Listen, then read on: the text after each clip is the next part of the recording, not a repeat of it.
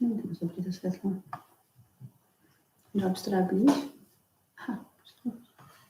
Hello everyone, welcome to the second live stream, second Living Zoology live stream in the history of YouTube.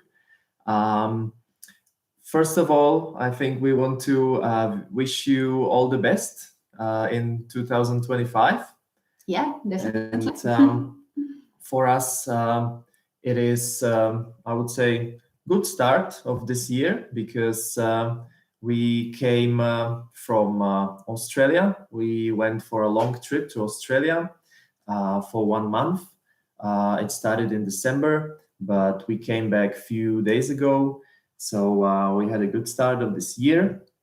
And we decided that after quite a long time, it's a good time to do a live stream. And there were some new things which happened last year, and one of them is that after really long time and many years of answering every comment under our videos, I came to a point where I'm not able anymore to spend so much time answering a huge amount of comments which are coming to our channel.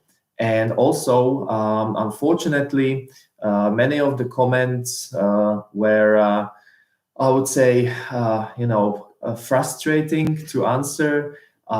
Many comments from people who, for example, have their own truth and they just don't accept any explanation, or they are not open to learn anything. Also, many comments under shorts, which I would say are quite nonsense, or it doesn't, it's not even useful to reply to those comments. So we decided that if we want to speak with our audience and connect with you, our viewers, live streams can be the solution. So we want to do more live streams. Yeah, because it started to be really difficult to say which comments are important and which are not. And Matej always spent so much time with going through all those comments and trying to answer those which make sense. But then we decided that it's not possible to do it like that anymore. Yes. So that's why we are thinking about doing more live streams, which hopefully will give you the chance to communicate with us. Of course, we are still replying to comments from our channel members, and we want to say a big thank you to our channel members for your support. And we hope that you like our footage and our content. So of course, we are trying to stay in touch with our members, and then hopefully we can talk with the other part of our audience through live streams. Yeah, and we of course reply to messages which go straight to us. I mean, when it's not a comment under the video, but when it's a message which you can send us on WhatsApp, on Facebook or on Instagram, then we usually reply quite soon. Yes. So the main goal, of course, is to create high quality content, high quality educational videos about snakes, documentaries about snakes. And that's something what I want to do and focus on. Basically, this live stream we want to dedicate to one long narrated documentary, which we created last year. Basically created last year because the whole process from planning the trip to filming and then editing and presenting the documentary, everything happened last year. And I really wanted to create another long narrated documentary after a long time, because during the last few years we didn't have a lot of time to focus on the big projects in terms of editing. Of course, we were filming a lot, but it takes a long time to edit and put together 45 minutes or an hour long documentary. So we want to talk more about snakes in the city, Singapore. Yeah, but first maybe we can say something about another big documentary, which is almost ready, which are the most venomous snakes of Africa. Yes. Because it's a documentary we are working on for a long time now. We are also trying to get some fundings for this documentary. It's still not ready because for that one we have to pay a lot of money for music, and we also want to translate it back to Czech language first. So there still is some work which needs to be done, but we hope that in next few months it should be ready. Hopefully. And online. We will see. Because the other thing is that getting the license for the music, it takes some time. But when you upload the license for the music, it takes some time. But when you upload such a documentary with the licensed music to YouTube, then it takes some time to get the copyright claims resolved, and all the work which needs to be done behind before you can actually publish the documentary. It takes some time. So we hope that you will be patient. But we are working on this long documentary, and I'm now finishing the English version. So we are still trying to do also Czech versions, because obviously, we are from the Czech Republic, and even though most of our work is done in English, so we can educate people around the world, we also try to educate people here in the Czech Republic. It's nice to see that some people are already here. Hello there. Thank you to Arnaldo Rentes. Thank you so much. You said hello, Best Snakes channel of YouTube. So we really appreciate it. Yeah, our goal is to produce the best quality when it comes to snake content. So thank you very much. Yeah, and yes, guys, for those who are watching, if you have any questions, feel free to write those questions in the comments. This is the time when we are here to answer any questions. Again, we want to talk more about our latest long narrated documentary, but any question or any direction the discussion can lead is okay for us.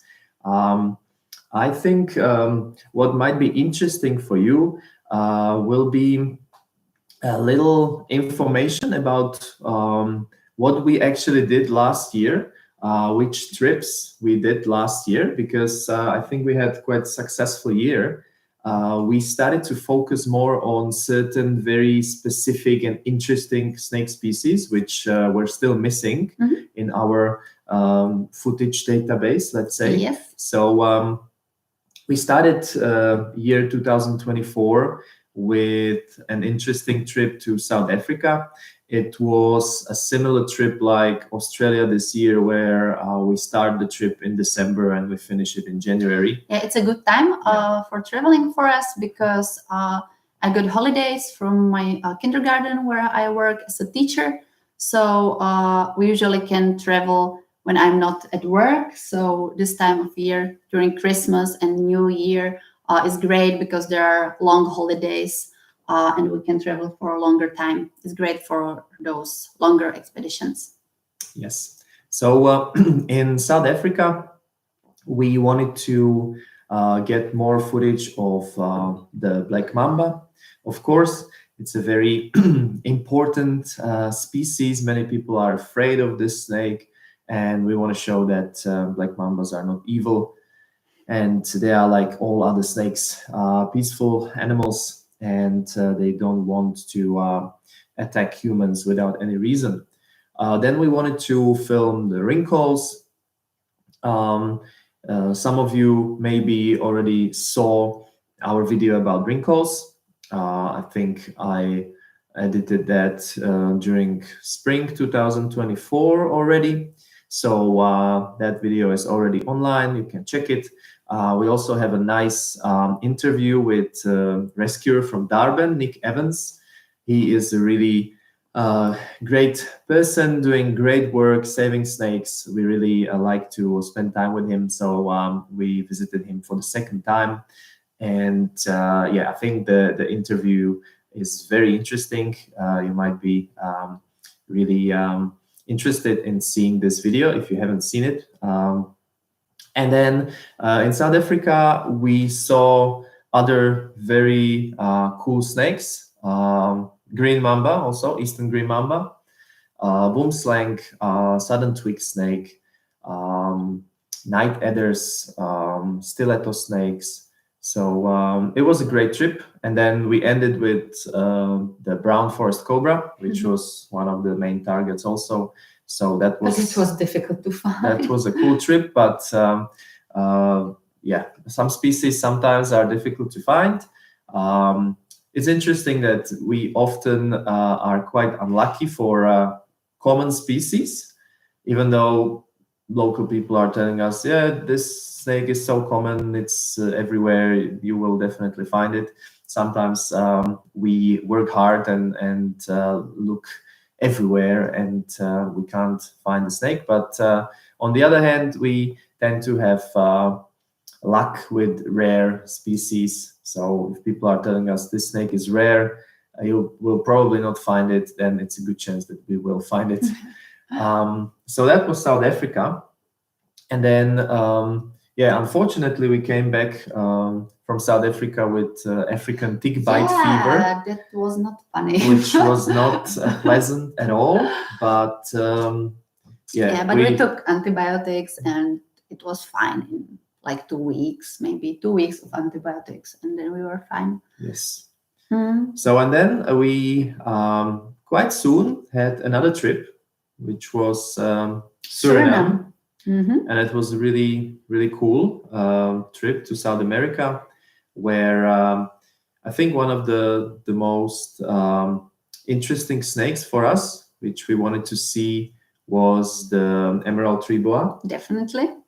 And that's a really cool snake species. Yeah, it's not very common that our main target is not venomous snake. Yes. But it was like that on this trip, because we of course wanted to see bushmasters and other cool snakes there, but those we've seen before on other trips, for example in Peru before. So we really wanted to see emerald tree boa, which was successful. Yes.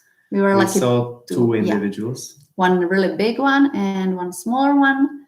So we could film this species and photograph it, which was great. And yeah, we also found two South American bushmasters. That was really, really cool. And then yeah, I think we saw definitely more than 20 snake species, I think. And it was not a long trip, I think 12 days, but we had a great team of local people, and we really enjoyed visiting Suriname, which is a country where not many people go. And nowadays it starts to be more and more popular because of the team there. They make great tours, so you can also think about it to go there. And the rainforest is amazing. The country has very high coverage of rainforest. Many people say it's the country with highest coverage of rainforest in the world.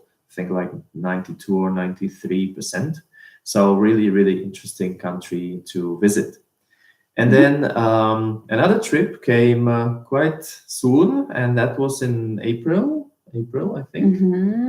And that was a very important trip for us. It was February, Suriname, and then April, May. another Mhm. trip. Yeah, so we just answer to the question here. Where are we from? We are from the Ah. Czech Republic. Yes, it's a very small country in Central Europe. Yeah, we have just Yeah. 10 million inhabitants. So very small country. We speak Czech language, and yeah, we are from the Czech Yeah, Republic. I We live in am- Brno, that's the second largest city in the Czech Republic. I'm originally from Slovakia, but we live in the Czech Republic. So yeah, I speak both Slovak and Czech languages. And yeah, we have only 5 snake species here in Central Europe. So during winter, like now, it's cold outside. It's maybe like 0 degrees. It can be less than that. Sometimes there's snow outside, so snakes are not active. So if you want to see some snakes, we need to go abroad. We need to travel to some tropical countries. Yeah, in- but we like living here. It's safe Yeah. and yeah, It's a good place to be based. to be based. Yes, and then we can travel and visit different places around the world. And one of the most interesting places we visited last year, I would say even in our lives, was Iran.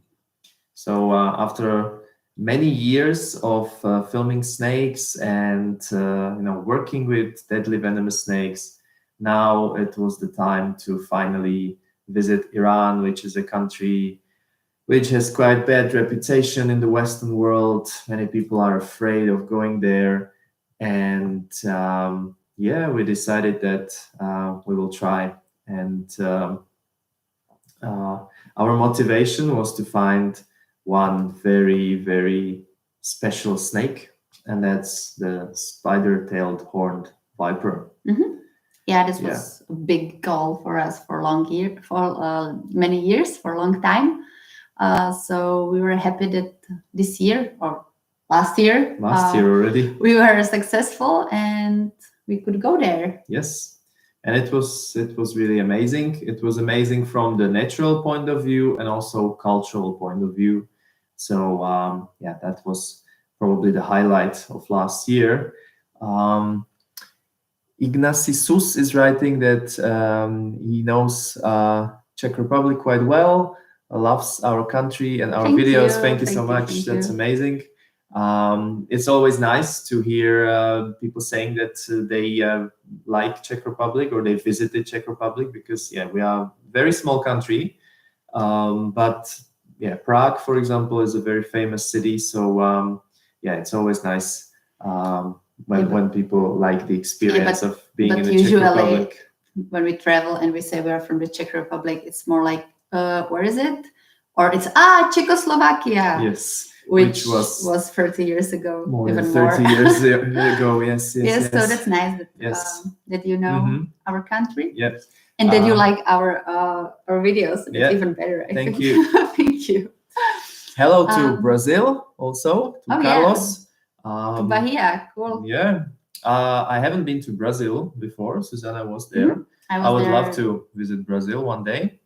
Yeah, I was there a country. long time ago when I was much younger. It was before we met with Matej, and I was there with my father, who is also a biologist, and he did a research there on birds. So I was there with him, helping with the research. Yeah, I would like to see some snakes from Brazil and also Pantanal with jaguars and some larger animals. So hopefully we can visit Brazil in the future. Yeah, another comment here. I see spider-tailed snake is so bizarre. Yeah, I mean, so let's go back to Iran. Spider-tailed horned viper. It's absolutely special and unique snake. Most people probably, if they know the species, they know that it has a very specific structure on its tail, which really looks like a spider, and the snake moves the tail and lures birds. So it hunts birds thanks to this kind of, it's called caudal luring, when the animal is using the tail as a bait for its prey. But another interesting thing, for example, for us was to see the different kinds of movement which the snake does. So this viper can slither in a normal serpentine way, like most snakes. Sometimes you see it using like rectilinear locomotion, or we can say caterpillar movement, where you see the belly muscles are like, you know, helping the snake to go forward. And then sometimes it just goes into side winding, so it goes sideways. It's commonly known in some viper species living in deserts, or the sidewinder rattlesnake, for example. But yeah, this snake, the spider-tailed horned viper, it can use all these three types of movement. And we saw one snake, you know, switching from one type of movement into a different type of movement. We managed to film this. So again, the video about this snake is already on our channel. So if you haven't seen it, I think you might be interested in it, because it's really, really special, amazing snake, and perfectly camouflaged.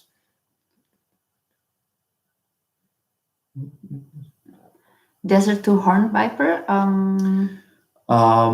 So we have a question here. What with desert two horned viper is The snake in your repertoire? I'm not sure which species do you mean, Nenad? Well, we filmed two species of horned vipers last year, which is genus Cerastes. Those are the vipers which are very famous for their sidewinding behavior or locomotion. So we filmed one species in Iran and one species in Egypt.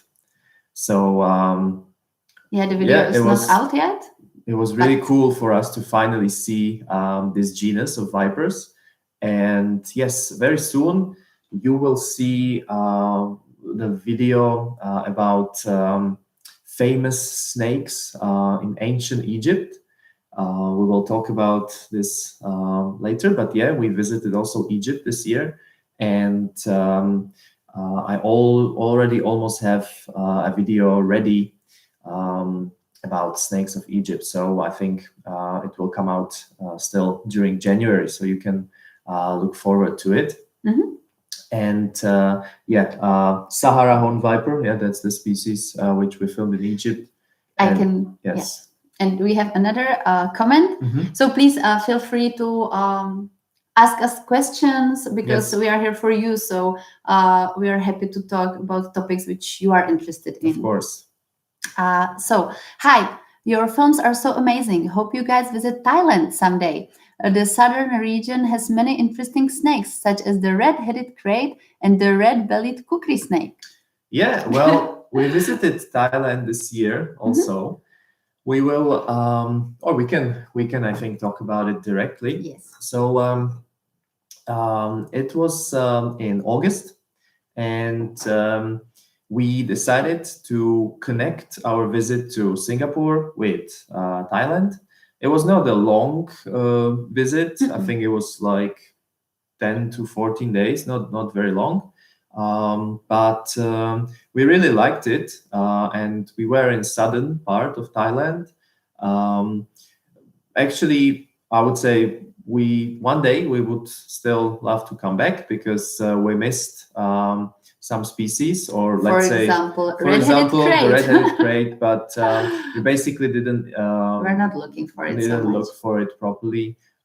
Because after filming in Singapore for like 12 days, it was really, really hard work, not sleeping a lot. There were many snakes. We wanted to film many things in the city also during the day. So we were pretty tired after Singapore.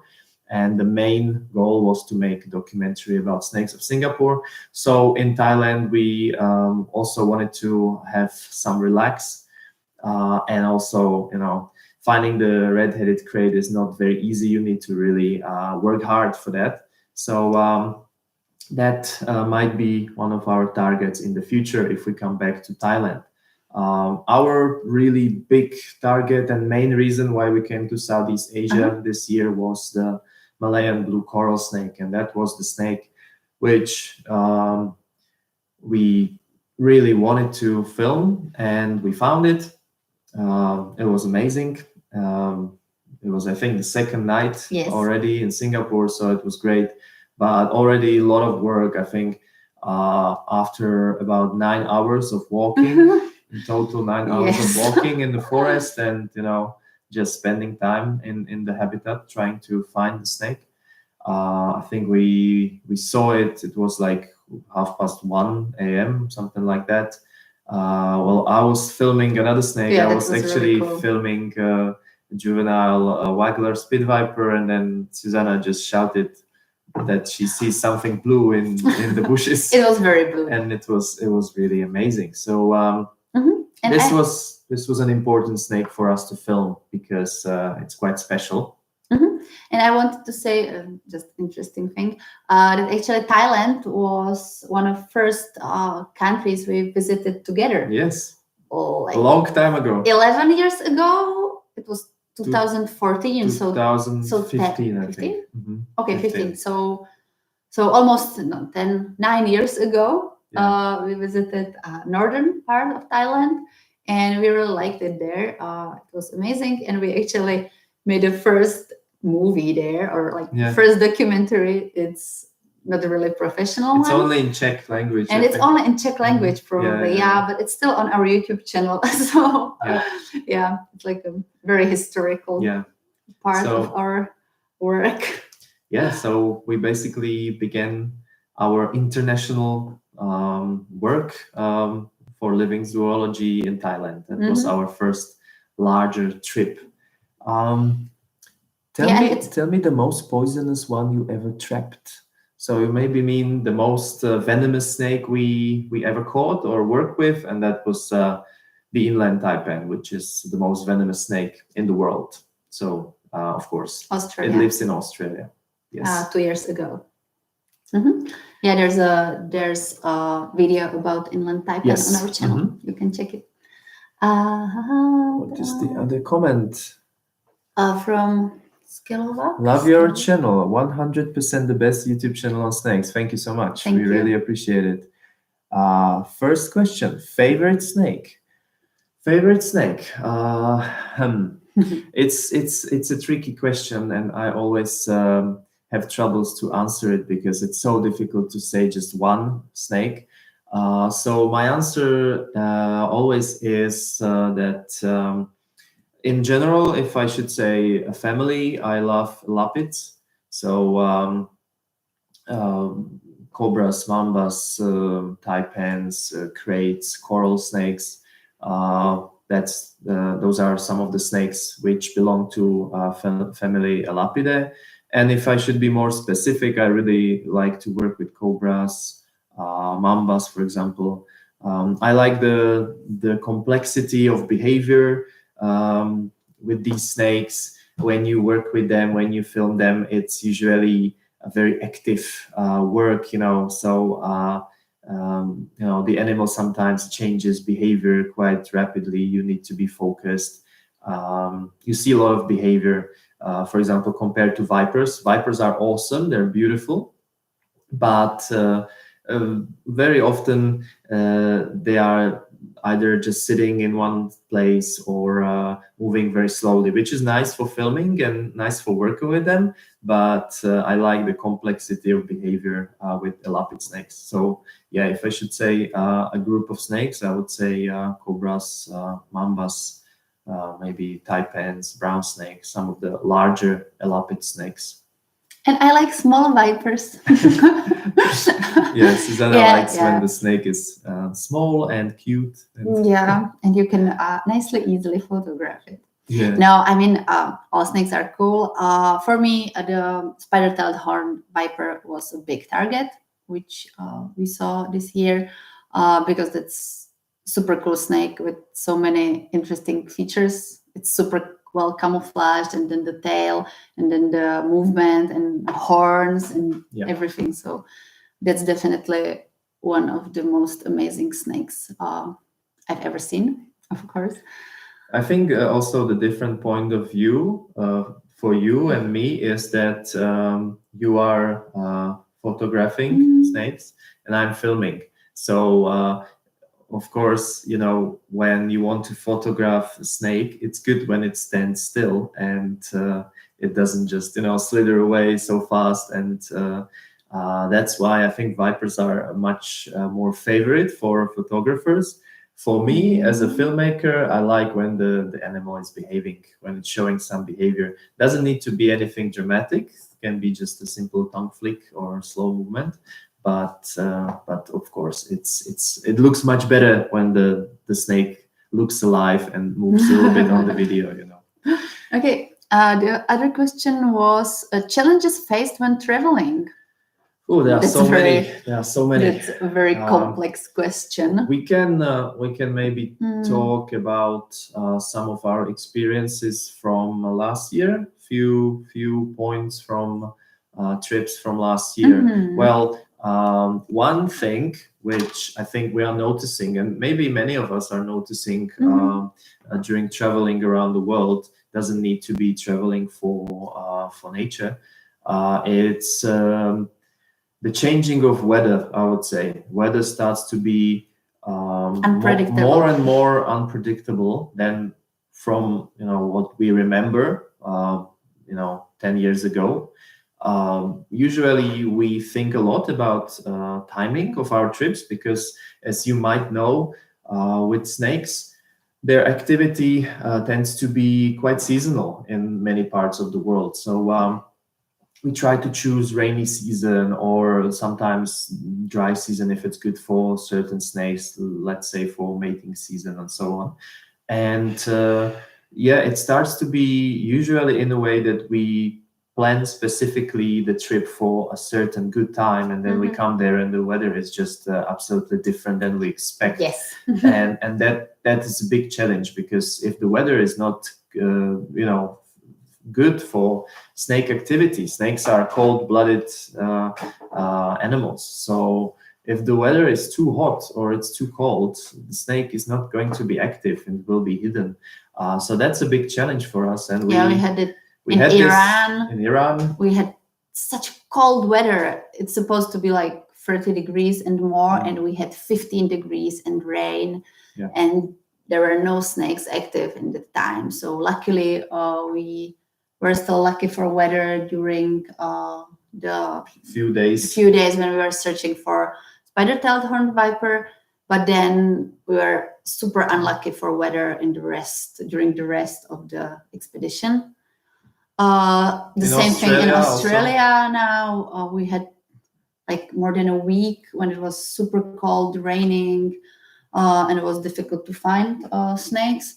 And on the other side, then we had like a week when it was super hot, 40 degrees, and again, snakes were not active.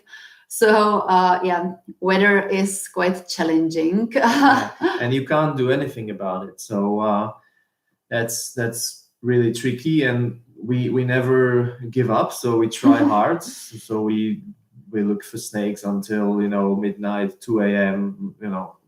We try to do everything we can to find snakes during our trips, and sometimes it's just it's not possible.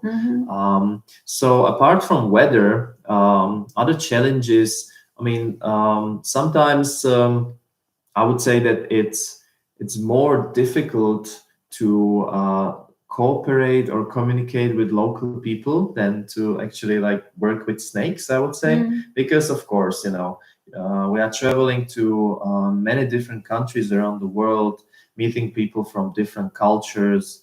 Sometimes it's just a little bit tricky to understand each other, and not only in a way that we don't understand, for example, our needs or so on, or what kind of activities we want to do.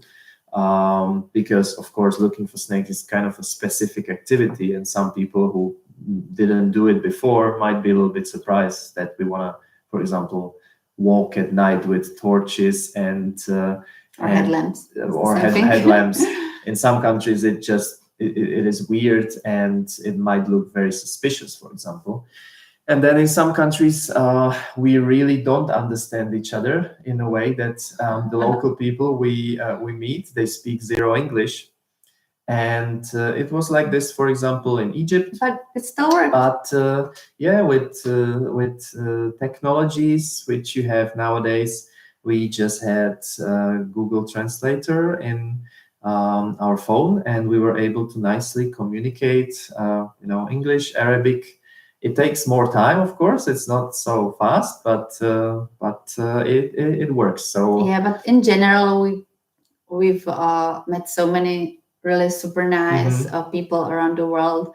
Many people who are willing to help us and cooperate with us. So we are really grateful for everybody who is willing to meet with us and go helping with us. Of course, yes. So again, every trip is different. Weather can be different. People you meet can be different. Other challenges, well, the typical challenges: you are tired, you travel to countries in the different time zones. So, like for example, now after coming back from Australia, it's almost a week, I would say, but still I am struggling with jet lag, and I'm waking up at 3 a.m. and feeling tired very, very early in the evening or in the afternoon. So these kind of things, sometimes we get sick during our trips. So, but I think these are the very general challenges which every traveler needs to somehow live with. And then, of course, we need to be careful when we work with deadly venomous snakes. That's I would not call it a challenge, but it's something you need to consider. We try to be as safe as possible, and safe for us, and also safety of animals is important for us. Current camera gear, favorite lens camera combo, and next 3 countries on the list. Well, let's start with next 3 countries on the list. We have never been to Mexico, for example. It's a very interesting country to visit, so that would be interesting. Then I personally would still like to visit maybe another country in South America. And then we would like to go back to United States, but now we are in the process of getting a visa, because after we went to Iran, we can just get ESTA, like those easy visas. So we hope that we can get a visa to United States, and we can visit our friend there and go herping together, maybe. Because for those who don't know, the rules are that if you visited Iran, and there's a list of several other countries, I think Iraq, maybe Sudan, Libya, some other countries, if you visited them after 2011, I think, then you can't get the easy ESTA online, online visa, or how to call it. You need to get a proper visa, go to a US embassy, go through an interview. So those are the rules. So after seeing the spider-tailed horned viper, now we need to get a proper visa to come back to the USA. And our gear, well, for many years. We haven't changed that for many years. Since 2018, I'm filming with Canon GX10. It's a video camera. I'm very happy with it. It's very flexible. The quality is amazing. I simply love the camera, so there's no need for a change. And then we have drone, DJI Mavic 2, small one, easy for travel, great video quality. The Mini DJI 2. Mini 2, yeah, I think so. Yeah. The small one, I think it's less than 250 grams, 249 grams, so it's tiny, great for traveling. Cheap one also. And for behind the scenes, we use GoPro. Unfortunately, last year we damaged 2 GoPros, one during snorkeling and one in Australia when Susanna fell down on a rock with the GoPro. But for behind the scenes, we use GoPro, and we will need to get another one, a new one. But that's it for filming. And I'm taking pictures with Nikon D750, like quite old camera, with different lenses. Yeah, we have macro, we have Yeah. 2 wide-angle lenses, and then 2 lenses Telelens, for a longer 70 distance. to 200, and then 300 millimeters lens. So yeah, we tend to use the same equipment for a long time because we like it, and also it saves money, so when you are happy with the equipment, we think that it's worth to use it as long as Nenad is possible. suggesting to buy DGR3 or 4. Yeah. I mean, yeah, but it's not too much better, and we rather save those money when we still have a drone which is functional. We rather save money for a trip than buying new one. The same with my camera. I mean, it's very old one. I can imagine to have much nicer camera, but I mean, it's better to spend money for traveling than a new gear for us. Yeah, it makes more sense to us now. The way we think is that we rather use the same equipment and travel and get footage of new snake species, for example, than to buy a lot of expensive gear, and then we won't be able to travel, and we still won't bring you more new footage, so yeah, so that's our equipment, and now we have some questions. And other questions. Thank you to Sin SNS. I don't know how to pronounce it. That's Snakeastic Snake. Snaketacular always. Love you guys. Thank you so much. Thank we you. really appreciate and it. Also, here we have a question. Which country would you say has the most negative myths about snakes? That's a very good question. And most I will negative. just continue. This is not to view the country in a bad way, but instead the curiosity of different cultures. Most negative. I mean, Africa. We are. I don't know which country, but yeah, we are seeing many negative myths about snakes, or usually at least few in different countries around the world. But I think I agree with Susanna that in sub-Saharan Africa, in general, people are so terrified of snakes which is understandable because there is not anti-venom, not a good health care. So of course they're afraid, but there are many myths which are absolutely not true. And it's difficult to fight with those myths. Also, we know this from Nick Evans, again, rescuer from Durban in South Africa. He was talking about this. I think we included it in the interview. So the video where he talks about his work, we posted last year. He also talks about the myths there at the end, and it's so difficult to somehow break those myths because I think cultural reasons. Because when someone older says something in some African cultures, it's almost like sacred, and it's difficult to somehow persuade people that things are different. So yeah, I think sub-Saharan Africa has the highest number of very negative myths about snakes from our experience. Safety is very important. I cannot imagine being miles from the nearest hospital handling venomous snakes. Well, yeah, that's part of our work. For example, in some countries like Togo, we know that there is no antivenom in the country, and very bad, for example, connectivity to hospitals and so on. So I have to say that. I believe we work in a very, very safe way. Our goal is not to show any drama and to show that snakes are aggressive and super, because they are dangerous. not. And yes, they are not. So I always say calm handler equals calm snake.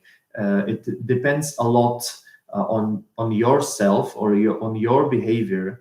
How the snake will behave. Of course, if you are going to jump around the snake, make it scared, it's going to be scared and maybe ready to defend itself, maybe spreading a hood like a cobra, maybe, striking like some snakes, some vipers.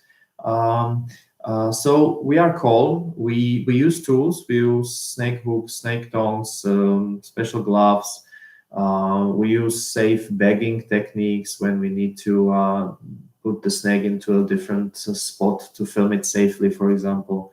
So in this way, I would say that we never. I would really say that we never risk a shot for our health issues.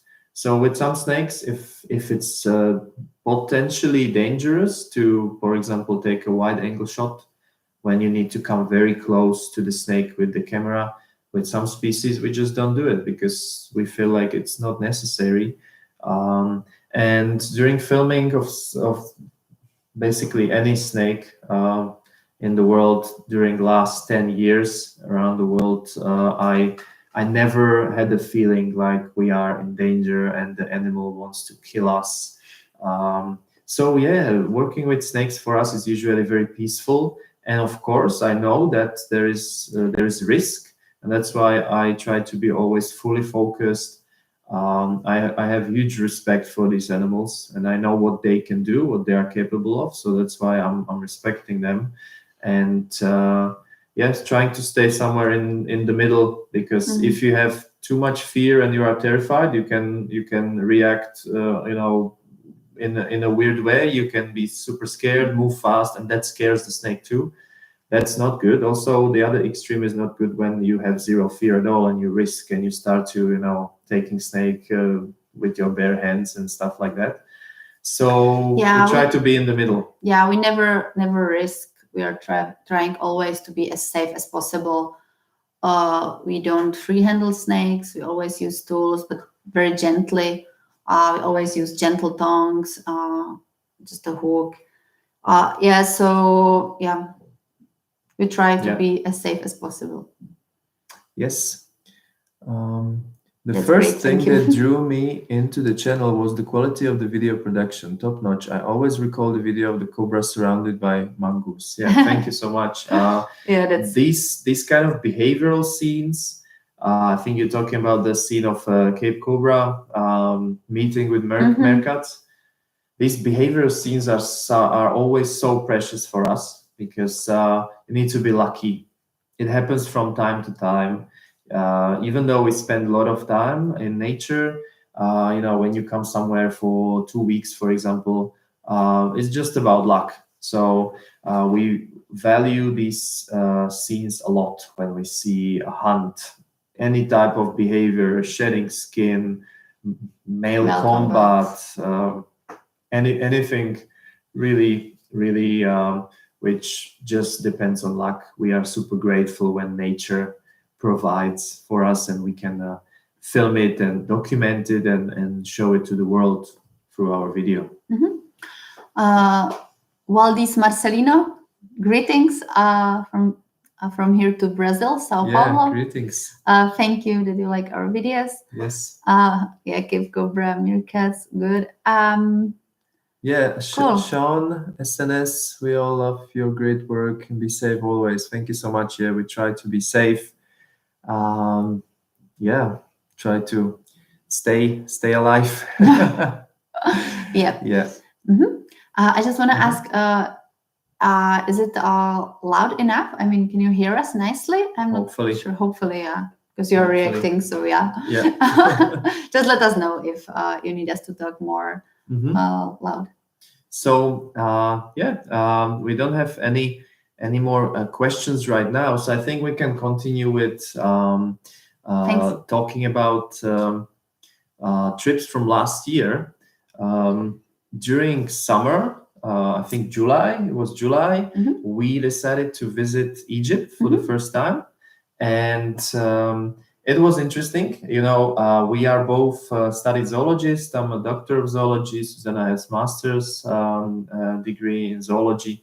So we love all animals. Of course, we are focusing our work on snakes because snakes are hated around the world. People don't understand them. we try to educate people about snakes. But of course, we love to spend time with other animals too and film them.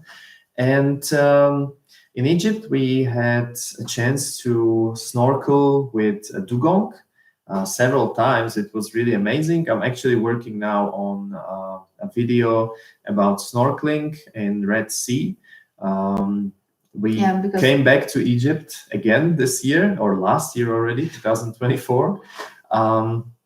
And we were lucky to see spinner dolphins also, and then 2 species of sea turtles.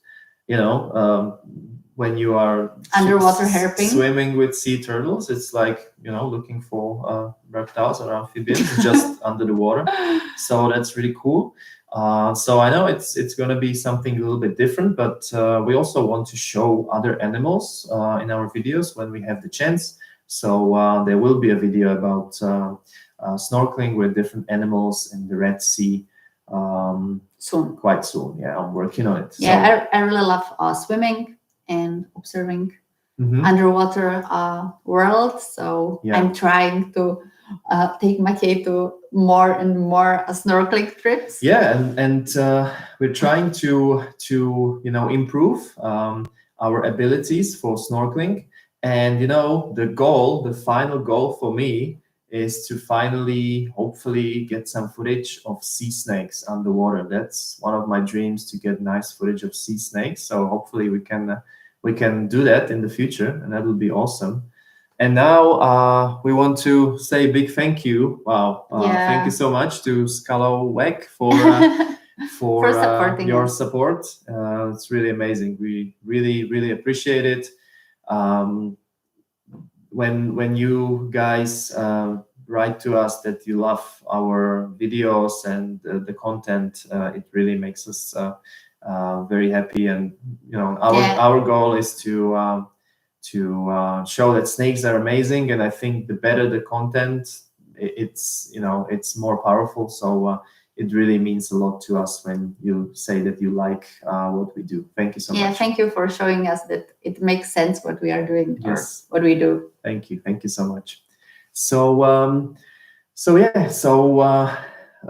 we're talking about snorkeling, and then in August we already did the trip which was in Southeast Asia, and that was Singapore combined with Thailand. I think we can leave Singapore for the end because that's the documentary we want to talk more about. And maybe for those who haven't seen Snakes in the City Singapore, we want to a little bit promote this documentary.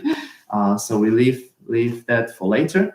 Now we have a question. What city in the Czech Republic? Well, Brno, the second largest city in the Czech Republic. It's still quite small. It's, I think, 450,000 people. So it's not a huge city, but we don't like large cities, actually. We are more into nature. So Brno is, I would say, like the largest city where we would like to live, basically. Nothing larger. I was born here.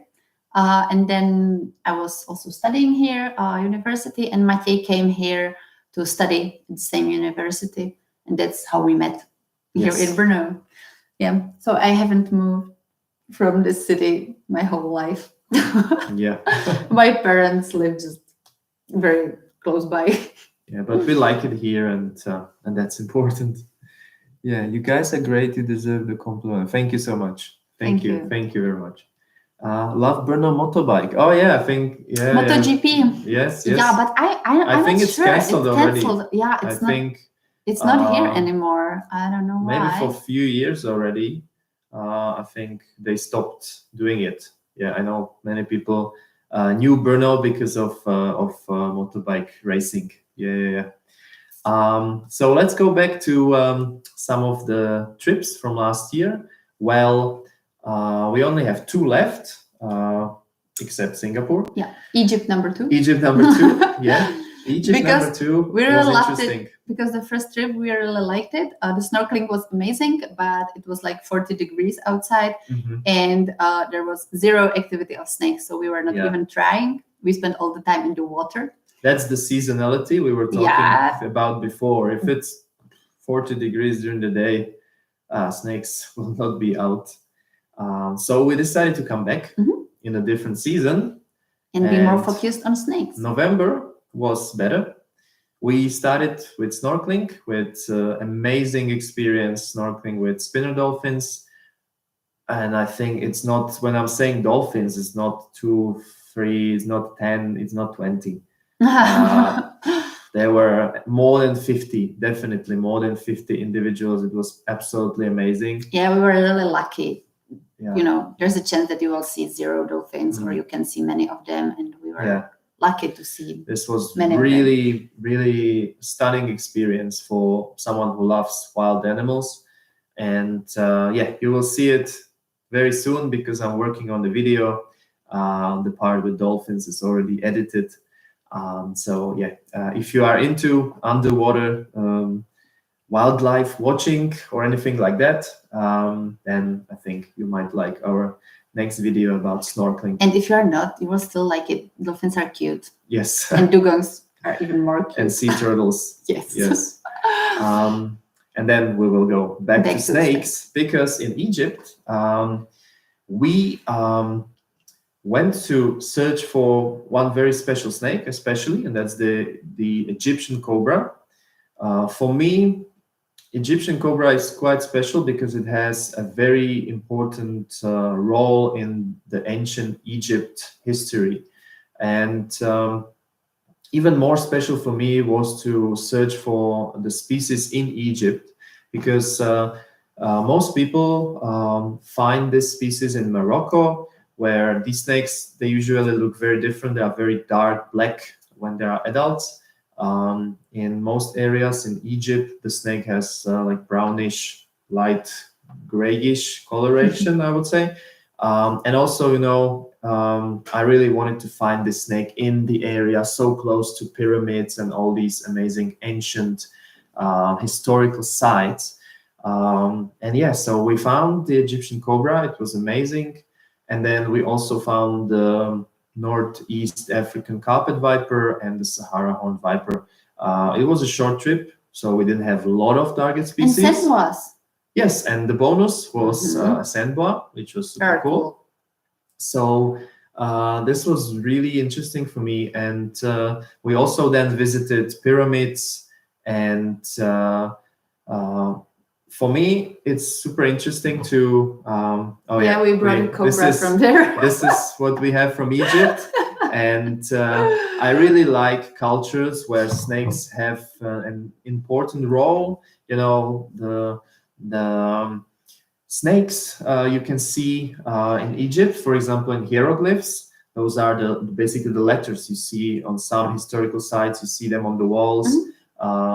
Two of the letters are basically represented by snake. One of them is cobra, or some represented as a general snake, or some thing that it's more like a general snake than specifically cobra. And then one letter is specifically horned viper, which is really amazing. So again, you will see a little bit of historical point of view about snakes in Egypt in one of our following videos. This one is almost finished. And in the future, I would love to go a little bit more deeper also in the role of snakes in the history and maybe also different cultures. It's an interesting topic for me. So visiting Egypt was also amazing. There are only few things which I really wanted to see in terms of the cultural history of the mankind, and pyramids of Giza were one of them, and I have to say it was spectacular. So that was Egypt. And now let's check if we have any more questions. All the best channel. Thank you so much. Hello, loved your videos about wrinkles. Thank you. Where do you see that? It's here. Okay. Illusioner says that he loved the video about wrinkles. Thank you so much. Wrinkles was the main, or one of the main targets for our first trip in 2024, which was like basically a year ago in January. Again, because of its amazing complex behavior. Yes. They can play Play They dead, spit venom, hood up. Some of them are so move quickly. beautiful. We got lucky to find some really beautiful individuals. So yeah, we were happy that we already could finish our video about wrinkles last year. What motivates you to do this work besides the love for animals? That's a nice question. That's a Thank you. nice question. Well, I would say that yeah, the main motivation is for me is that I want to show people the way I see snakes because I'm fascinated by snakes since I was maybe 3 years old. My whole life, when I see a snake, and especially in its natural habitat, I'm usually absolutely fascinated. I just love to observe the animal moving or behaving, and I would like to show this kind of view of snakes to others because I know people are terrified of snakes. They don't understand snakes, so they are scared of them. There are many myths, so people think that snakes might be evil, aggressive, and so on. So through the videos, I think I can show the beauty of snakes, and yeah, that's my main motivation. Just to change people's minds about snakes. I think love for animals is the main thing or main reason why we do this, because we really enjoy observing animals, see them in the nature, and so on. But of course, it gives us a chance to travel a lot, and because we really enjoy observing animals, see them in the nature, and so on. But of course, it gives us a chance to travel a lot and to meet new people and like see new places and meet new cultures, or let's say, and it gives us new perspective, and yeah, we can see the whole world like in better connectivity, or I don't know, like yeah, through snakes. Through snakes, yeah, it helps us to understand the whole world better. To yeah, I mean, maybe difficult to explain, but yeah, it gives us a chance to travel, which is amazing. What else? Also, we both like educate people. My mom is teacher, my father too, actually, like biologist and university teacher. So I'm used to like be between or have around people which are used to educate other people. So maybe also that's the reason. Yeah, also I would say that nowadays I have a feeling like it's not maybe so trendy to be into nature. I know many people love nature, go out into nature and so on, but the kind of like really big passion about animals or observing animals, I think there's still a lot of room for showing this to much higher spectrum of people around the world, and that we should appreciate nature. That yes, is important for us. yes. That it's like understanding the importance of biodiversity and nature in general for our survival as a humankind, and then we focus especially on reptiles, amphibians, and especially snakes because these animals are just overlooked a lot. And of course, we love to go for safari, for example, observe lions, elephants, and it's really amazing. It's great. But these animals, they have quite a lot of attention. Of course, always they can get more. But when it comes to snakes, I really feel... But everybody loves them. Yeah. Nobody hates elephants, I think. Or hopefully. Or I know some people in India because they eat their crops, food and they eat crops. Okay, yeah. But in general, I mean, all those animals are loved by people. Yeah. But when it comes to working with snakes, filming snakes, presenting snake videos, then everything starts to be like a bigger mission with a bigger goal, because because you not only try to educate people about these animals, but also like really change their perspectives about these animals. And we also try to do that a lot here in the Czech Republic with educational programs.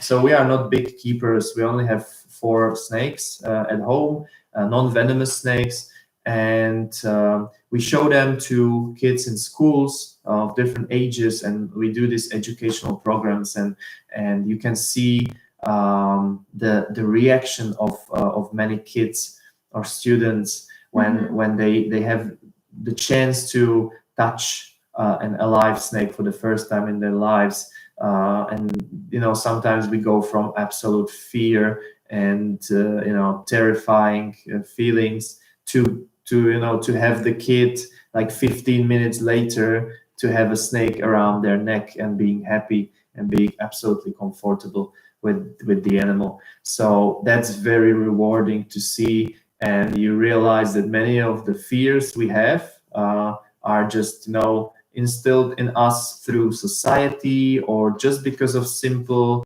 not understanding the subject or the animal. People fear what they don't understand. So there are different ways how to really spread passion about snakes and educate, and we try to use as many options as we can. So those are our motivations. Yeah. Cleopatra's demise. Well, yeah, that's connected with the history of Egypt. That's the famous story that Cleopatra died because of the bite of the Egyptian cobra. Well, some historians are arguing with this story. It's not really known in terms of like, it's not 100% sure that it happened like this, but even the possibility of this is interesting in terms of historical point of view. What is known is that ancient Egyptians, they were aware of the strength of snake toxins, and of course they were aware of the fact that these snakes are dangerous and so on. Yeah, but it would be a clever way how to commit suicide. Yes, it would make sense, let's say, if someone wanted to commit suicide. Okay, and I think we can now just say a few sentences about our last trip this year, which actually continued until 2025, and that was... We came back. Yeah. Yeah, a few days ago. Yeah, a few days ago. Less than a week ago. And that was our second visit to Australia. So for those of you who are maybe not following us for a long time, we have quite many projects, and they are long-term projects because, of course, filming a long documentary about, for example, snakes of the whole continent, it's not easy. Usually, one trip you find something, but some species you don't find. So it takes a lot of time. Usually we want to have really nice footage all together to put together a nice story. So after first trip to Australia, we thought, okay, maybe the work is done. Australia is very expensive for us, so it's not easy to go there. It's very far away, so it's difficult. But yes, I mean, really expensive. Somehow we managed to visit this country again, which was great from the perspective of the future project.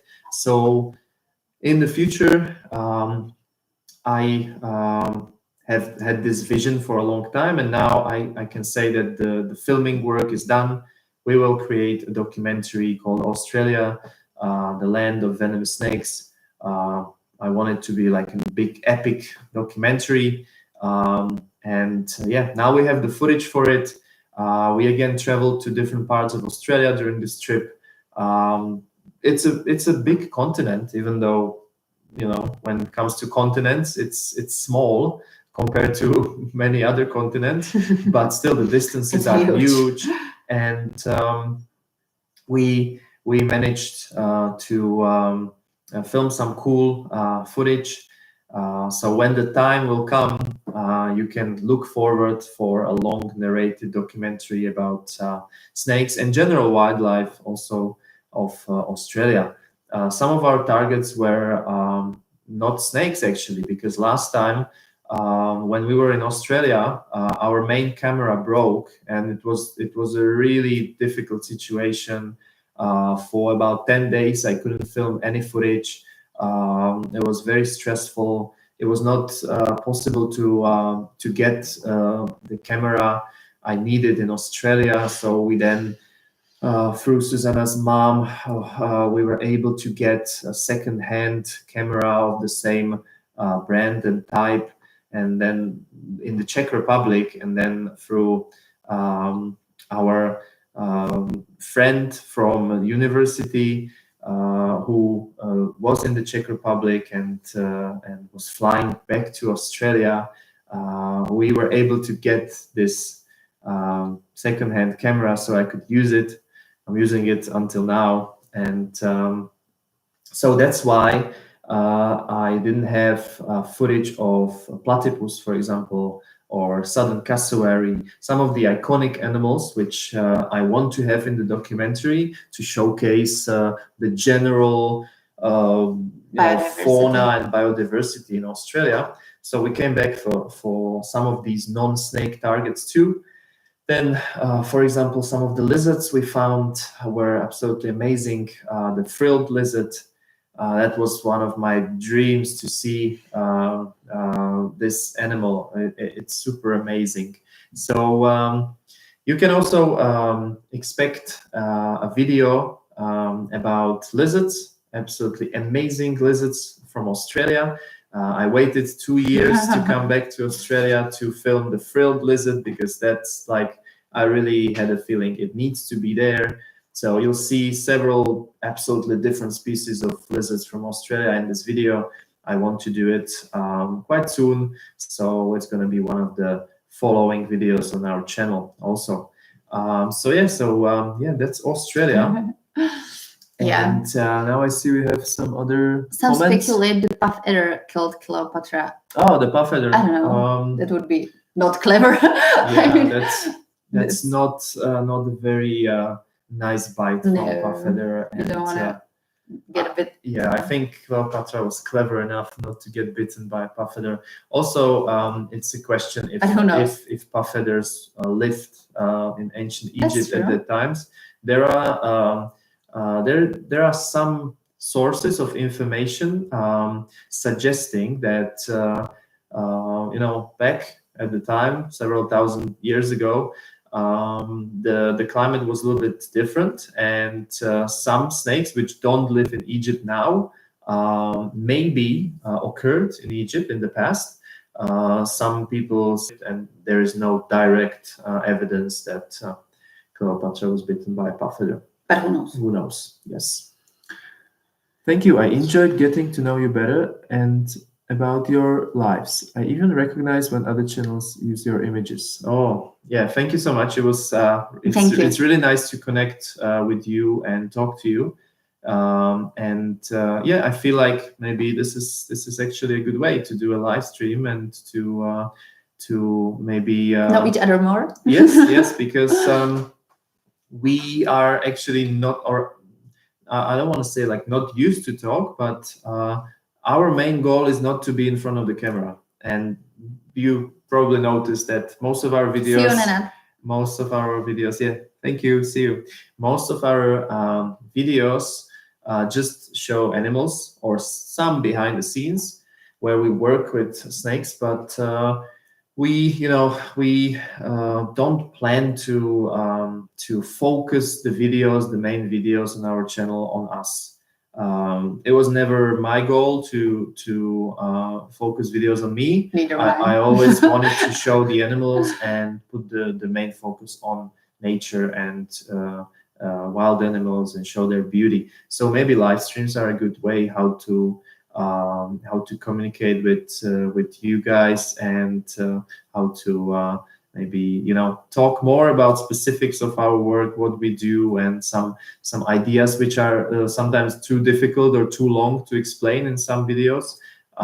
So yeah, so I'm very happy that you have questions, and you also that you are enjoying to chat with us. Yes. Thank you, Sid. That's very awesome. And I wanted to say something. I even recognize when other channels use your images. Yeah. So if you see maybe some of our footage in someone else's videos, let us know. Yeah, we'll be happy if you can send it to us. You can find us. It happens a lot. Yeah, you can find us on Facebook or Instagram, or even you can just send us the link to a comment under one of our videos.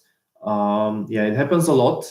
We try to deal with it, and try to report it to YouTube. But of course, it's very frustrating. We put a huge effort to get those videos, the footage, and if somebody just steals it from us, it's not nice. Yeah, it's years and years of hard work, and we talked about many difficulties, how we when we try to get the footage, we really just need to travel around the world to find those animals and get the footage, and sometimes it's a very rare species or something we value a lot. So when we see someone just steal it, and some people even claim it like their own, like we even we put our logo at the top corner of the videos, or when it's a video for Instagram, we usually put up filmed by Living Zoology. Some people just delete it or crop it, or even put filmed by someone else, and they use it, and yeah, that's very frustrating, of course. What is that? It's it's a little bit weird to see that, and so yeah, we will really appreciate it if you see someone using our video, not crediting us, or just you will see that our footage is used by someone else. We'll be grateful if you can let us know, and then maybe we can report it to YouTube and so on. Thank you. Thank you. Greetings to Vietnam. To Kai. Yeah, yes. Greetings. Unfortunately, we don't know any Vietnamese, but yeah, Vietnam is definitely an interesting country, and we would maybe like to visit it in the future if we will have a chance. Yeah, Susanna already visited it. Same story as Brazil. I was there with my parents a long time ago, like 16 years ago, maybe 17, something like that. That's a long time ago. A long time ago. We were catching birds there. For research, then releasing them back, of course. Do you do any work in the lab? Well, in the past, we did a lot of lab work. Especially me, I would say. Yeah, me too, actually. Yes, but a different kind of in lab. Different kind of lab. Well, basically, since my bachelor's thesis, I was focused on evolution, phylogeny, phylogeography, so a lot of molecular biology, genetics. So basically, I spent 10 years of my life doing some lab work. Some years it was not really a lot, but then, and especially for my PhD, I spent a lot of time in the lab.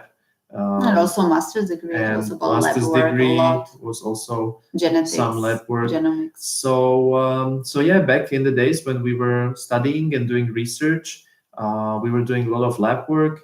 And I have to say that for me, I really enjoy being in the natural habitat. That's what was the main motivation for me to go study zoology. I really like that what we do now just allows us to spend a lot of time in the nature and learn a lot from nature, because just by observing different things, you can just learn so much. yeah, we did a lot of lab work, but I have to say that it was not my most favorite part of being a zoologist. Yeah, me for my bachelor degree and master's degree, I was doing a lot of lab work also, like a more about taxonomy. I was working on interesting topic about hummingbird flower mites. Those are tiny, tiny mites. They live on flowers, and they travel from one flower to another one in the nose of hummingbirds. So you can collect those mites from birds and also from flowers.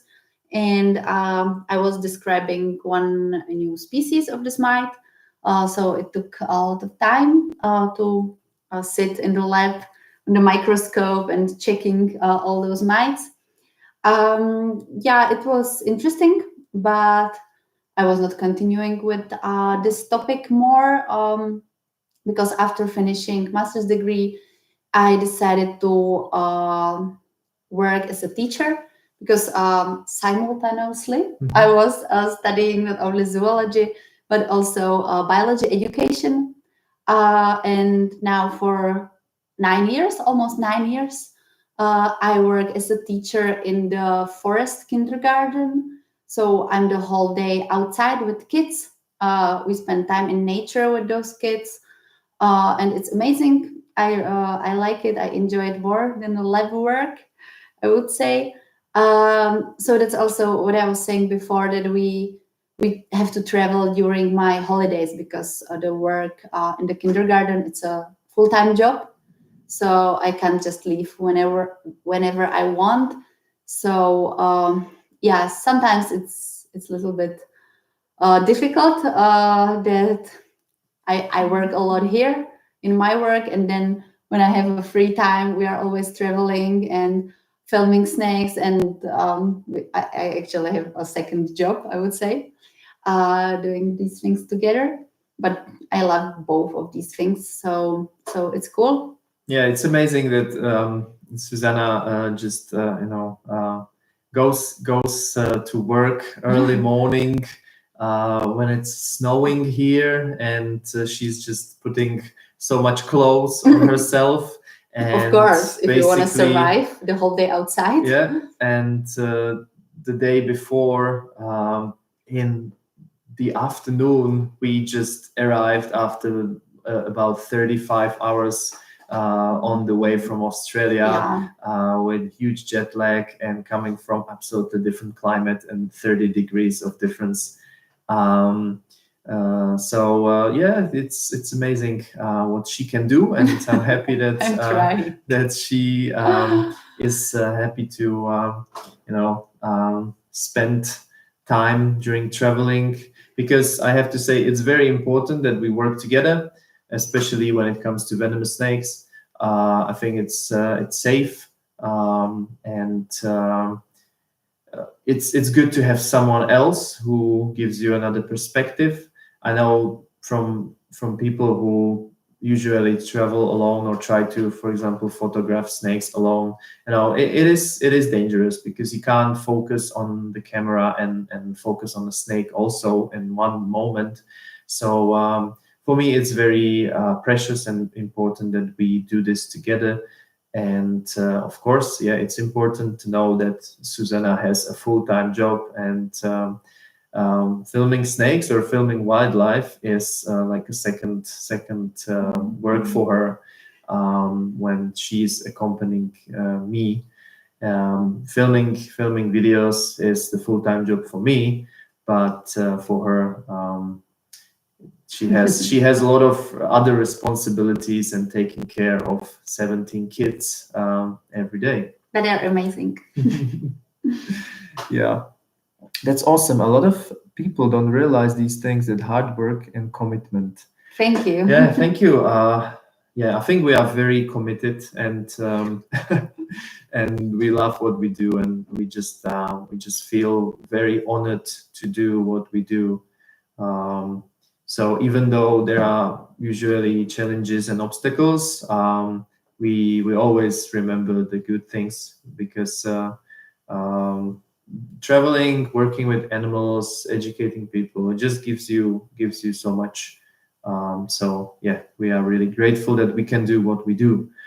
And I think now we can. No, it's really great. We are very happy that you guys have many questions, that you are interested in what we do, our content, how we film our content, and so on. It's really nice to see that you are interacting with us. And now we have another question. There's a species called the file snake. Oh yes, yeah, we haven't seen it yet. Well, we have seen more than 400 snake species in the wild around the world. That's according to my general calculations. Yeah, we always say that we should do like a precise calculation. Maybe one but day. I think having just like a general number also, it's also quite interesting. So, and there are about 4,000 snake species in the world. So that just tells you that even after 10 years of We still traveling have a the lot world, of work in you front of have us. so many things to see and film. And yeah, file snake definitely would be cool to see, hopefully in the future. Yeah. Okay, and now we would love to tell you something about our latest big project. I'm very happy that we managed to finally, after several years, finish and produce a long narrated documentary. It's called Snakes in the City, Singapore. I hope that you have already seen it. I think it has like 60,000 views right now. We posted it in the middle of December, so like month ago. So it's still fairly new, and I'm quite happy with it, I have to say. I think it's maybe the best documentary from You us. think so? Maybe from technical point of view, because we are still evolving and trying to I'm trying to learn a lot of things. Filming is something we are learning on the way of doing this. We didn't study filming or photography, so I'm still open to learning more things, new things, and new techniques and stuff, which can help us to improve the quality of our videos. And I have to say, I like how this story somehow was put together. It's important to know that we basically filmed most of the movie in 12 days, which is a very short time. Yeah, if you think about the fact that the first idea to actually go to Singapore was created, I think, in spring 2024, and then the final movie was finished and online in December. It's basically like half a year. I think it's quite a nice achievement. I'm happy about it. And so please let us know if you watched the documentary, if you liked it. Any comments will be really appreciated. If you didn't see it, then we will be happy if you go to our channel and check the latest video. The thumbnail is the blue Malayan coral snake, so very brightly colored snake. Red head, some blue color, and then the name Snakes in the City Singapore is written there, so you will not miss it, I hope. Greetings to some new viewers. Yes, greetings. So we just want to tell you more, a little bit more about how we filmed this documentary, because I think it's really like an exciting story. As the name says, it's about snakes living in the city. Singapore is a city state, basically. It's a fairly small island, which is highly populated. And I think Susanna was not super excited before the trip, because not really. she really loves places which are absolutely Remote, wild natural, and wild. remote. So but it was nice. I think her expectations were a little bit low, but yeah, I think I think you were quite impressed by Singapore. Yeah, Singapore was interesting. Yeah. No, it's amazing how easy it is to move there, and how easily you can get to nice forests, and where you can see really cool animals. So everything is very close, and then in just few more minutes you are back in comfortable accommodation, and you can get amazing food and everything. So it's really easy. Yeah, we are quite used to be in very simple, conditions during our traveling, because we really value the time when we can be very close to habitats where animals live. So sometimes, sleeping in a tent or very simple biological stations in the rainforest. Those are the examples of places where we usually stay. And the comfort is quite low usually, but the advantage is that you are basically there in the habitat. You just walk out of your room or from your tent, and the forest, the savanna, desert is just there.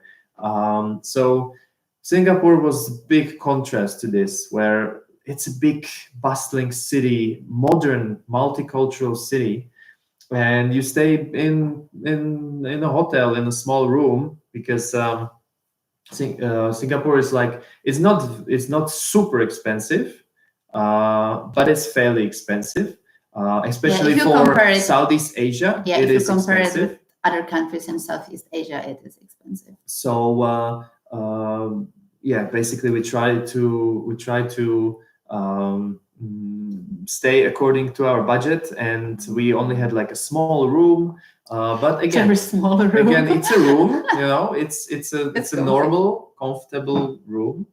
And yeah, for us was very interesting that you just take a taxi, and in half an hour you just go out of the taxi, and you are in a rainforest.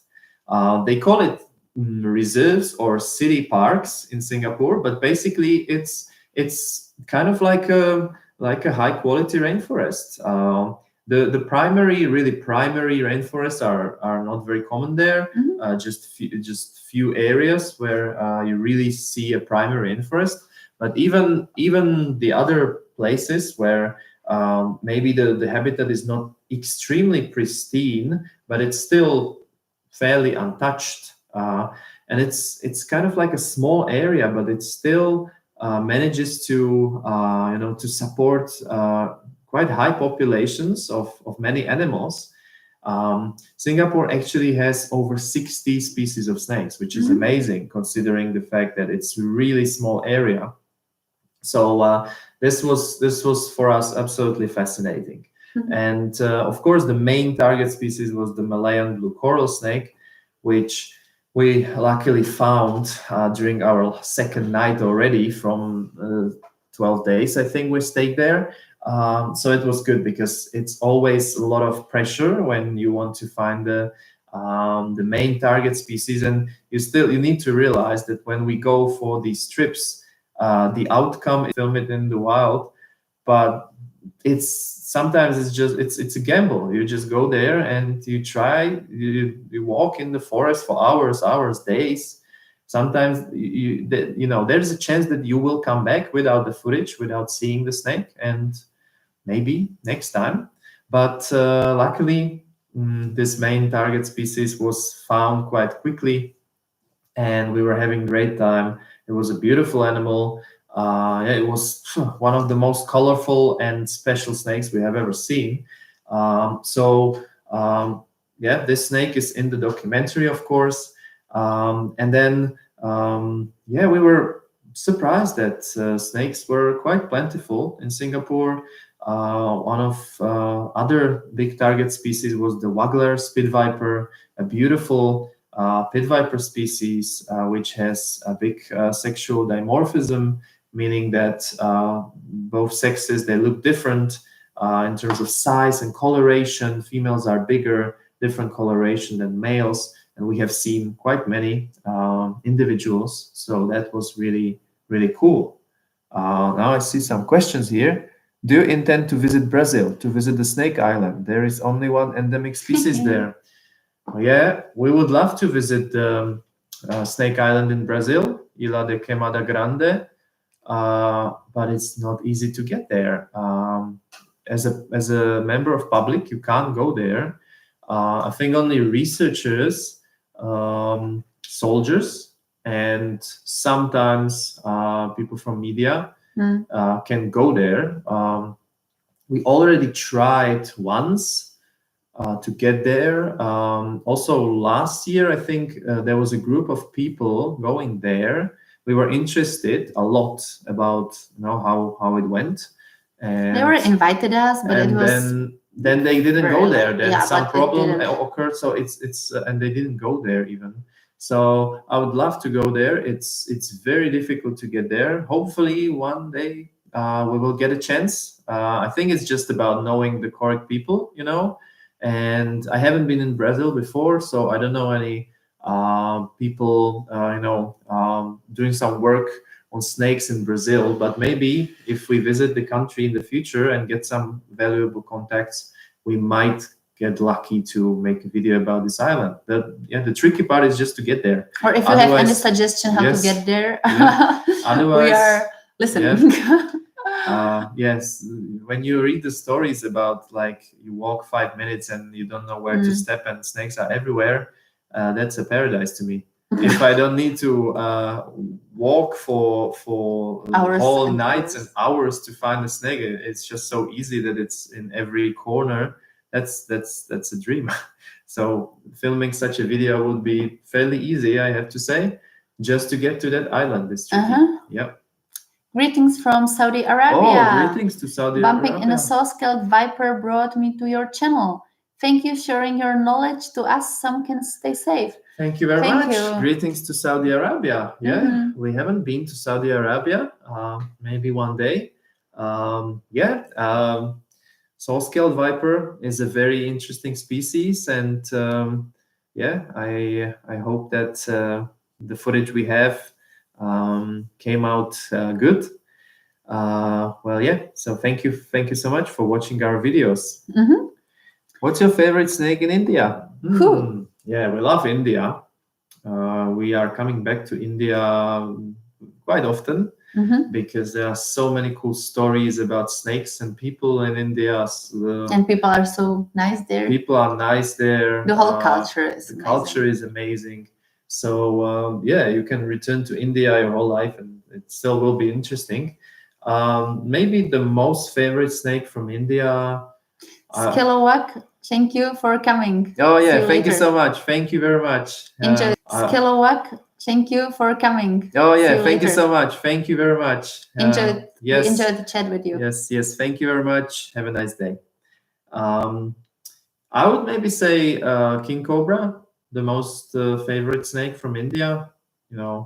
It's king cobra in general. It's absolutely amazing, and in India it has like a special place in the culture.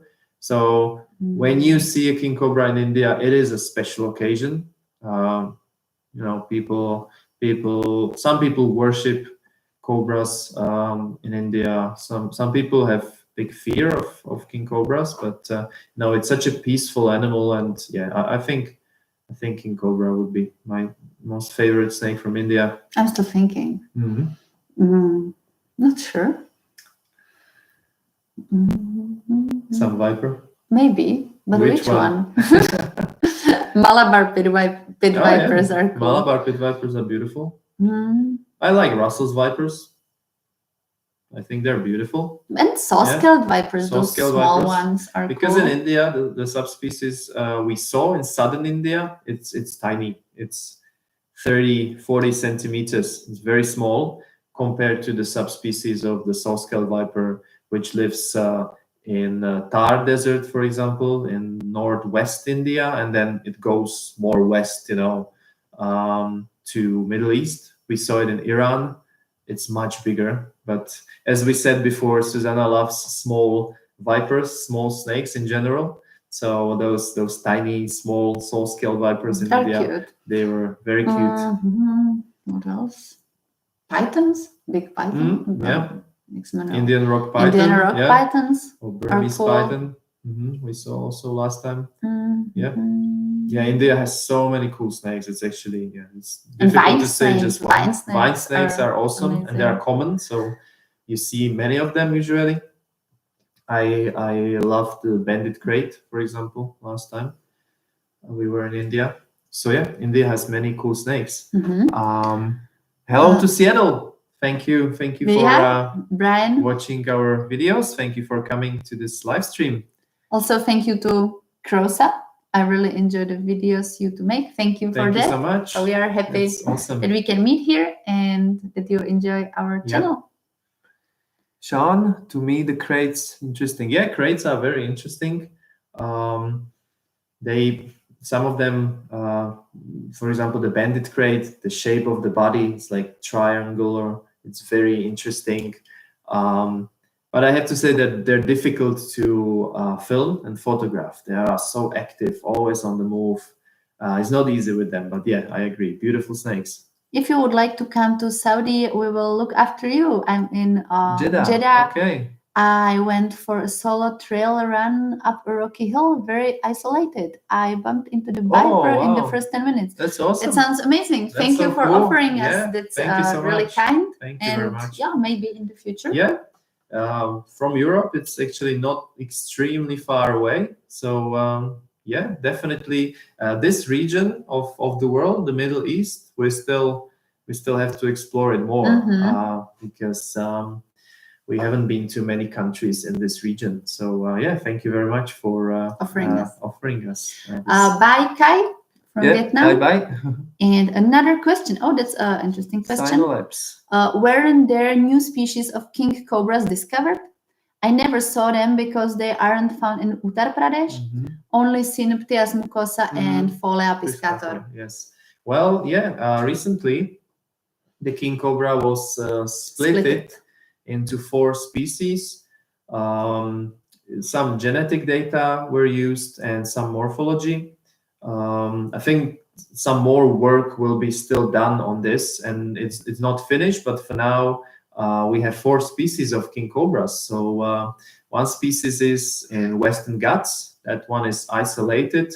It lives only in the western coast, southwestern coast of India. So that's one species now. Then another species lives basically from northern India, Uttarakhand, for example, southern Nepal, and it goes to like southern China, I think to northern Thailand. So a northern part of Southeast Asia. That's another species, and that's Ophiophagus henna. That's the one which still has the original Latin name. And then you have the Sunda king cobra. That's the one you will see in our latest documentary, Snakes in the City, Singapore. So this species usually has very light color. You don't see many very strongly colored bands on it, for example, when it's adult. And then there is another species in Philippines. So yeah, now we have 4 species of king cobras, and it's nice topic to continue with our Singapore story. So maybe just quickly, some aren't true cobra species. None of them is a true cobra species. King cobra is not a true cobra. So yeah, we have an older video about this actually. I think if you type into YouTube king cobra, not the true cobra, you'll probably find one of our videos where we explain that the king cobra is actually closely related to mambas, and true cobras are from genus Naya.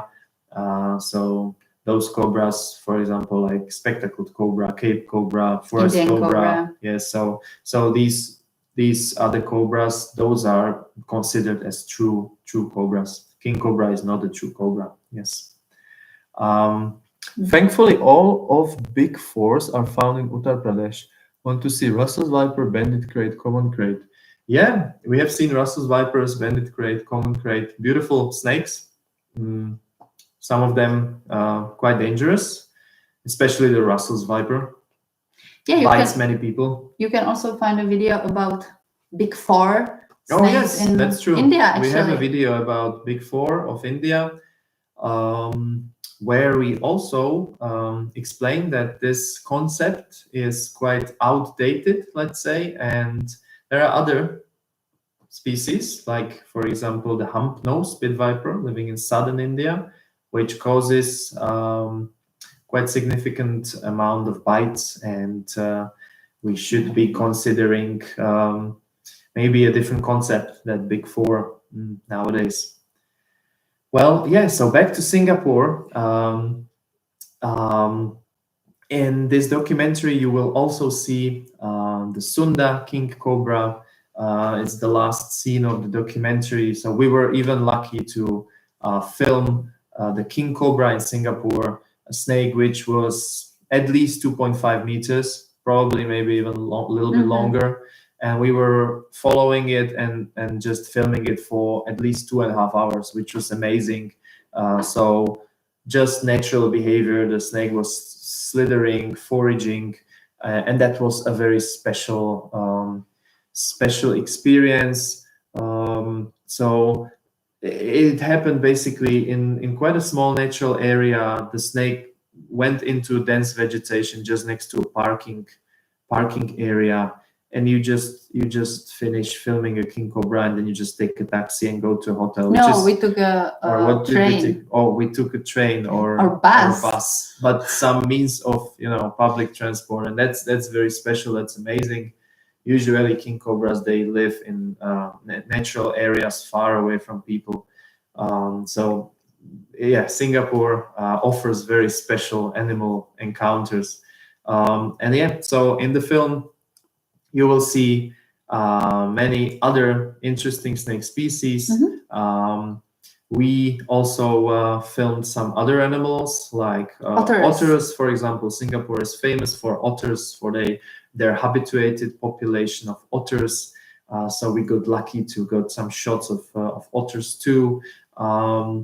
Yeah, so we hope that you will like our documentary if you haven't seen it. Snakes in the City, Singapore. And yeah, again, please let us know any comments about it. And yeah, it was really exciting for us to film snakes living so close to people. And in peace. Yes, one thing I want to say is that what was very special was to see the respect people have to snakes and wildlife in general in Singapore. So the education was really nice there. In those parks or reserves, you could see signs with information about snakes, and usually very correct and valuable information that snakes are not aggressive. They are part of the food chain. You should not come close to a snake, just observe it from a distance and calmly. So yeah, to us, Singapore seemed like a good example of nature conservation and coexistence, peaceful coexistence with snakes. Yes. So really cool country, and amazing to see it. The other snakes that I want to see are eastern hognose, king cobra, and maybe inland taipan. And I have learned a lot from your channel. I watched your India series. Oh yeah. Thank you so much. Yeah, that's our goal. Our goal is to educate everyone who is interested about different snake species living in different parts of the world. And yeah, when you say that you saw inland taipan or king cobra, or you would like to see, but you learned a lot from our videos. Yeah, it means a lot that we can somehow share the world of snakes with all of you, because yeah, the goal from the beginning was to show snakes from the worldwide perspective. And after many years of traveling and visiting every continent except Antarctica, where snakes don't live now, we really have the footage to educate people about snakes on every continent. Oh, thank you so much. Thank you. Thank you very much for your support. We really appreciate any support. Yes, thank you very much. Thank you. And there are two more things. Have you ever seen the Musurama? Musurana, probably it should be, of America. Its cannibal feeds mainly on the Federlands. Yep. Yeah, we saw it once in Costa Rica. It was amazing. But it was not to see eating it. Federlands, unfortunately. It was not eating anything, but still, it was amazing.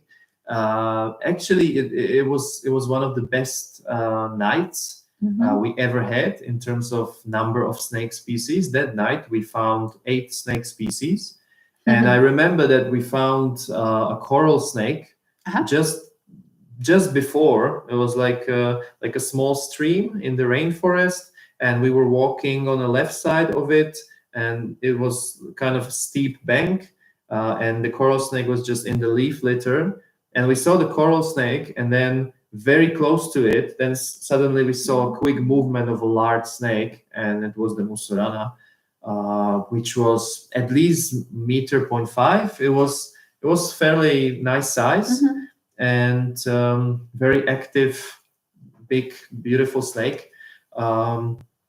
Yeah, so we saw it once, but I would definitely love to see it again and get more footage, because at that time it was at the end of our long trip. We were already tired. I didn't get a lot of footage. So yeah, definitely a species I would love to see again. And it's cool that it hunts other snakes, definitely, also venomous snakes. Very interesting species. Hello, friends. Nice to see you. You are doing a great job. I'm very proud. I hope we see each other soon again. Take care. Thank you so much. I hope so. I hope so too. My long-term friend from Slovakia, as some of you might know, originally from Slovakia, spent basically 20 years of my life in Slovakia, and now it's 14 years in the Czech Republic. So still, I spend more of my life in Slovakia than in the Czech Republic. Yeah, good to hear from an old friend, and hope to see you soon. Oh, thank you so much. Also, I recently found out that coral snakes are also present in India. Yes, that's true. That's true. And thank you so much for your support. We really, really, really appreciate it. And you are right. So coral snakes, they live in Asia and they live in the Americas. They are different genera. They're not in the same genus, meaning they are a little bit distant from each other. But yeah, you can find coral snakes also in Asia, also in India. The main target in Singapore, the beautifully red, blue, black snake, was Malayan blue coral snake, also a coral snake species. So yeah, they mainly stay hidden underground. Yes, coral snakes or Musuranas. Well, both of them tend to be in the leaf litter or stay on the ground. When it comes to activity of these snakes, for example, after rain is often good. So yeah, they're not easy to find. And when they're active, they are very active, foraging a lot, moving. So finding coral snakes and Musuranas the same is not easy. You need to walk a lot and be lucky to be at the right time and the right place. That's with all snakes like that. Yes. Yeah. So if you still have some questions, feel free to ask. We are still here, but from us, it's probably I think we mostly wanted to share with you. We said what we wanted to share with you, and we hope that it was interesting for you to hear more behind the scenes. Let's say what's happening, in our lives, and what leads to the footage which you actually see on our channel. Thank you so much for another support. Thank you. Yes, thank you. Have a good bye night. Thank you so bye much. Bye. Have a good night. And it was cool to see it's you really, here. really cool to see you here. Yeah, we hope to come back to India soon. Yes.